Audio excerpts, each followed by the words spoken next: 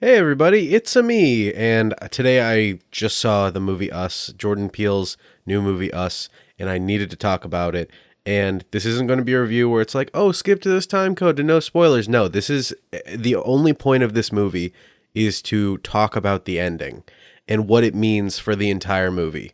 As a screenwriter in general, for any screenwriter or anyone writing a story, the main things to think about in your film or any of your stories is what are called revelations and turns. And so when you have a revelation and a turn together, then it is a masterpiece. It really changes how you think. And the way to create a revelation is to have something that is kind of twisty. It's when you give information to the audience. And a turn is when you switch the theme of the movie or the point of a movie or any story on its head to show, hey, this is now about something different. And Jordan Peele basically does both of those at the very end.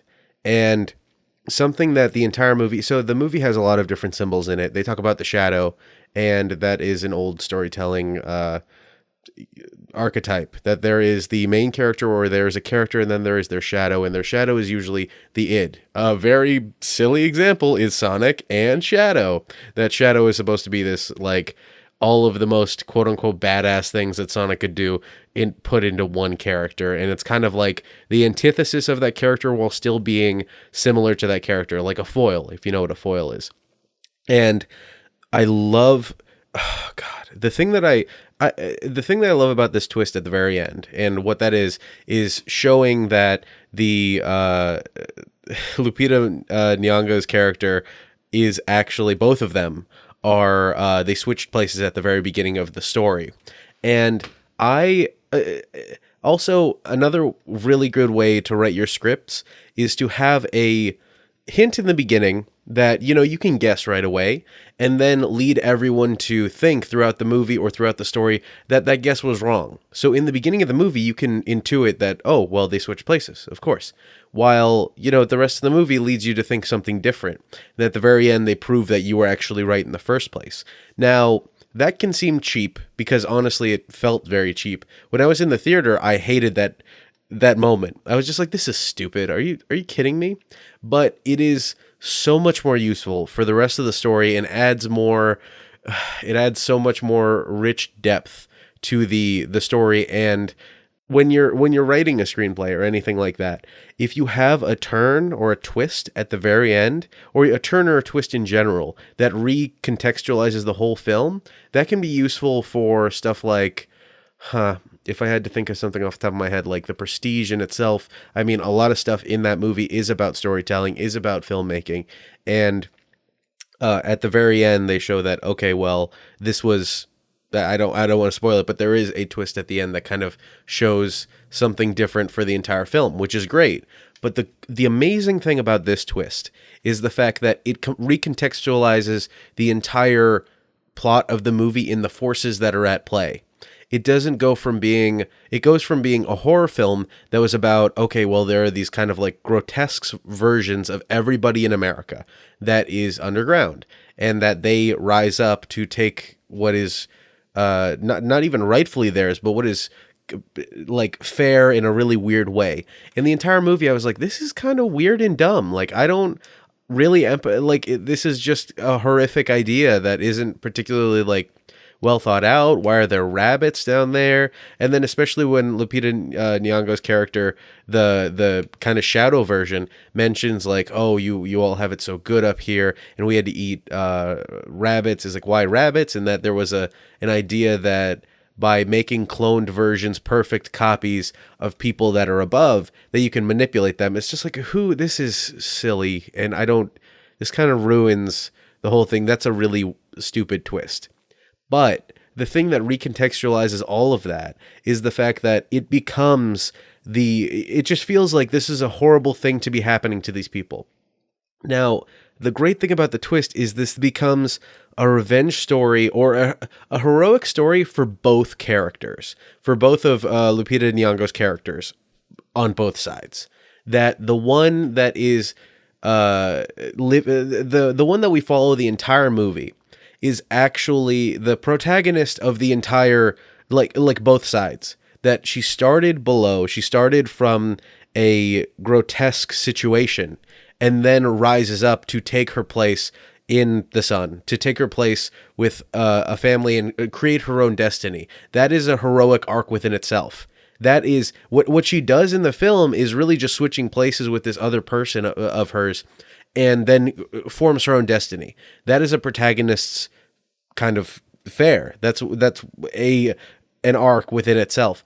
But the version of herself that she leaves below now has a revenge plot, a revenge story of she is the only one down there that kind of even has an inkling of what is above.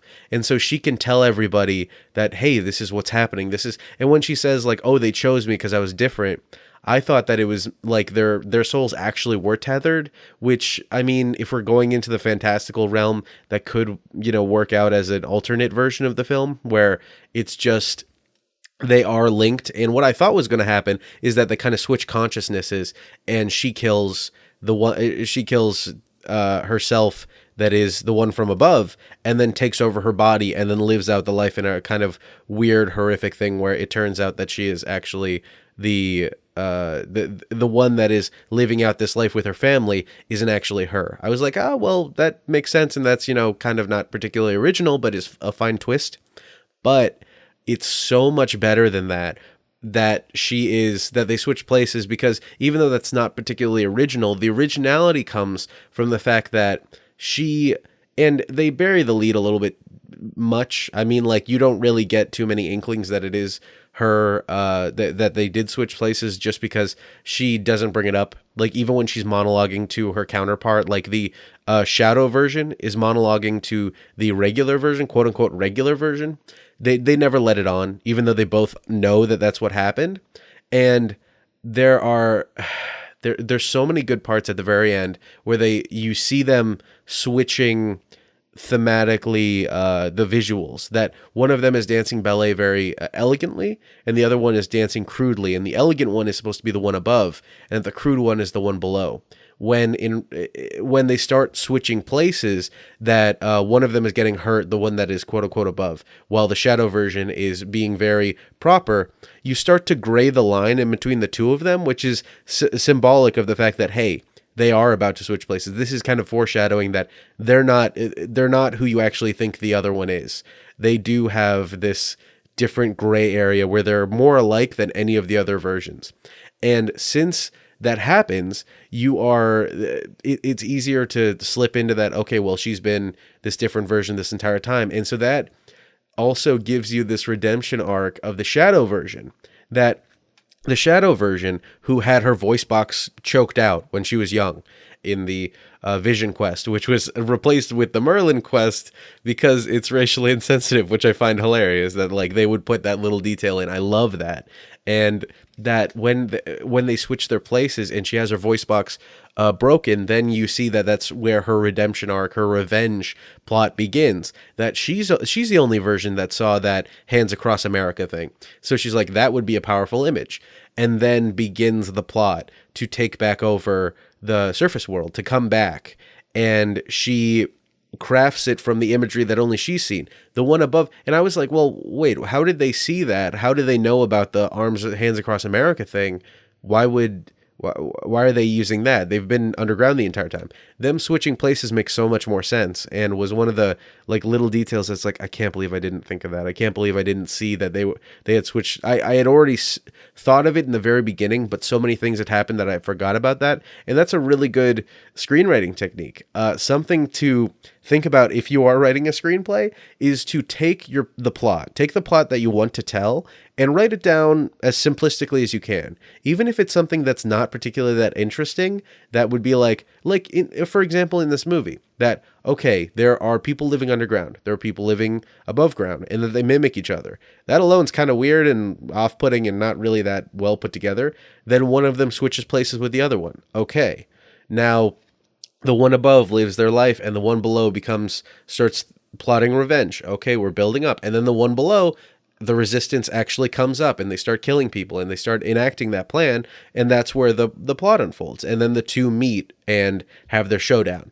That's a simple plot. Now, the way to kind of make it more interesting is take all of that, take all of those bullet points, and then slowly move the revelations, the telling the audience of those things, space them apart to make the most interesting part, the most interesting revelation happen at the very end. And the least interesting one happen at the very beginning. So what would the least interesting one be, that to kind of let the plot progress, which is there are copies of us. And that's what's shown in the trailers. There's this copy. And then what's even like a slightly more interesting, okay, that they're meant to mimic each other. They know about each other, that there is a connection between the people below and the people above. Then what's a little bit more interesting, that they have this plot that is everybody is trying to kill each other and like take over the shadow versions are to take over the surface world. And then we keep going and going until at the very end, we have the revelation that these two are special. The main characters are special because they switched places at the very beginning of the plot. That's what set this entire thing in motion. And that's what's incredible about that ending, is that it recontextualizes the entire film, that this was the inciting incident, of course, for the film. Like it's that alone is okay. Yeah, we get it. Of course, that's the inciting incident, but it makes it even more impactful that no, it is the inciting incident and creates a snowball effect for the entire movie that is this revenge plot. There's this revenge plot brewing for this other protagonist. These two protagonists are now at war because they have to be. They are both moving in coordination to this head that would happen, where one of them makes the hard decision when they're young to replace them, to switch places. Once they do that, then the one above is going to enjoy their life. They're going to try to claim the life that they were never going to have, while the one below is then going to try to reclaim their life. And they're fighting for the one commodity. There's not room for both of them, so one of them has to eventually kill the other one and claim their life.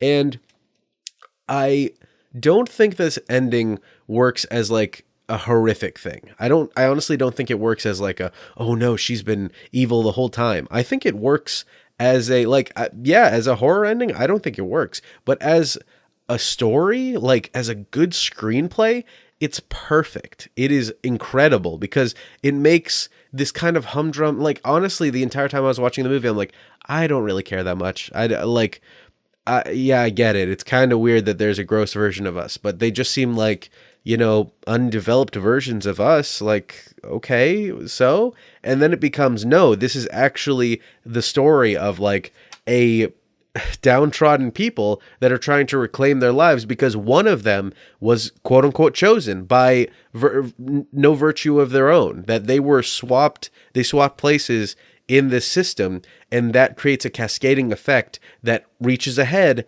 at this moment after. So that was in 1986 is when they swapped places. So that would be after about 33 years. That would, and some change. Like, that's how long this thing has been happening.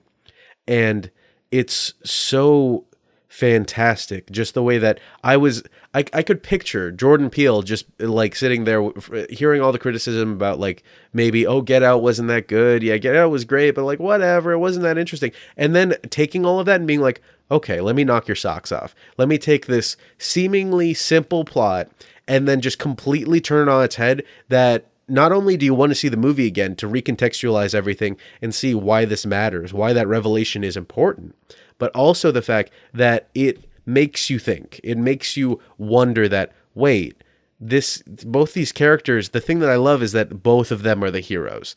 Both of them in their own plots. And that's what makes a compelling story. And you don't even understand that till the very end. And it was just, in the theater, I was very frustrated because I'm just like, this is a stupid revelation. Like, that just doesn't make me, like, I thought I would be horrified. Like, I thought it would be that they switched consciousnesses and, they would have that, like, wink at the camera, kind of like at the end of Psycho, where you understand that that Norman Bates is clinically insane and just has this thing going on, and that he's going to masquerade as a sane person, while I thought something like that was going to happen. While this movie does something completely different, which is, no, this story is even more important because it creates two protagonists that you wouldn't have known before. You now understand that both of the characters have their own arcs they're going through, and they sacrifice the important things in their life to get there. And it is a happy ending because the person that was living in the shadows took over the person in the lights, or the person above's life, and crafted their perfect version of their life, something that they loved and that was important to them, and wouldn't give it up, and kept fighting to maintain it and make sure they still had it, and against all odds. And that's enriching, that like even though the other version is their own protagonist of their own story in a really interesting way, and they do lose, but I mean, it's so satisfying. It creates the satisfying type of ending that ties up all those loose ends. So for any screenwriter or any storyteller, please learn from this, that you can take a revelation and a turn and make a story. You don't need to, it doesn't need to always be shocking, that like, oh, that's weird. Like, whoa, that's crazy. This is a crazy thing that happened. And you can make a story more enriching and make that turn,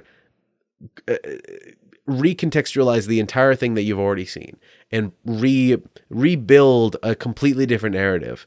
And it's just fantastic. And I don't think that this movie is going to live in a horror setting. I really don't think that it's going to survive in that idea. There really weren't too many horrific elements. It was more of a gory film, but I just loved the way that it balanced the horror with the action a little bit, the thriller. It was more of a thriller that had horror, thriller, and comedy a little bit, which were all weaved into this really interesting plot that I think that Jordan Peele he's doing what he needs to by making these interesting stories that don't need to be about, they're more about the social commentary that like this one alone was about materialism. It's pretty obvious that like in the beginning, Abe is only talking about material goods. The people that are killed first are the materialistic, and that they are that's the main point, is going on about the materialistic, and that there is a group of people that are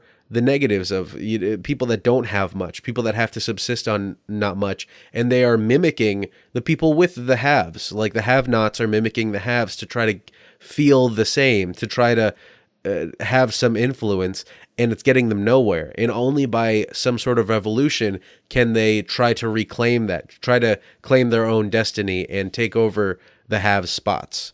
And that within itself is completely different, but I appreciate how much, like, that has nothing to do with like this, the point of this video about the ending, but it is interesting to me how much Jordan Peele is just letting his creative, all of his creative juices flex and create these amazing films, these amazing stories. And I appreciate that this is also a benefit to any of the actors involved, like any of the main actors. It lets them have an opportunity to flex both their comedic muscles, which like Tim Heidecker totally did. It was great, both as the evil version and his shadow version and his regular version. Like he let the comedy flow, but also that they go from a comedic setting to a serious setting, and they can show their acting chops in both. And it's fantastic. That's a fantastic opportunity. I feel like Jordan Peele is taking all of the right steps to say, hey, this is going to be amazing for my actors. This is going to be amazing for me because I want to try to make something interesting. And hopefully the audience will see what interesting ways that you can twist stories and twist ideas to not only be bizarre and make you think in a different way, but also make you think in a different way when it comes to screenwriting, when it comes to writing, when it comes to the way that stories can be told and made.